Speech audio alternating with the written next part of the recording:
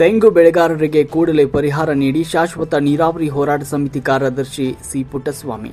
ರಾಮನಗರ ಜಿಲ್ಲೆಯಲ್ಲಿ ಬಿಸಿಲ ತಾಪಕ್ಕೆ ತೆಂಗಿನ ಮರಗಳು ಜೀವ ಕಳೆದುಕೊಂಡಿವೆ. ಸರ್ಕಾರ ಕೂಡಲೇ ರೈತರ ನೆರವಿಗೆ ಧಾವಿಸಿ ಅವರಿಗೆ ಹೆಚ್ಚಿನ ಪರಿಹಾರ ನೀಡಬೇಕು ಅಂತ ಶಾಶ್ವತ ನೀರಾವರಿ ಹೋರಾಟ ಸಮಿತಿ ಕಾರ್ಯದರ್ಶಿ ಸಿ ಪುಟ್ಟಸ್ವಾಮಿ ತಿಳಿಸಿದರು.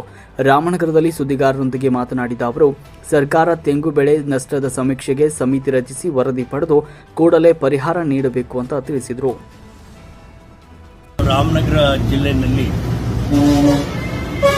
ಸುಮಾರು 28,000 ಹೆಕ್ಟೇರ್ನಲ್ಲಿ 30,000 ಕುಟುಂಬಗಳು ತೆಂಗು ಬೆಳೆಯನ್ನು ಇಟ್ಕೊಂಡಿದ್ದಾರೆ.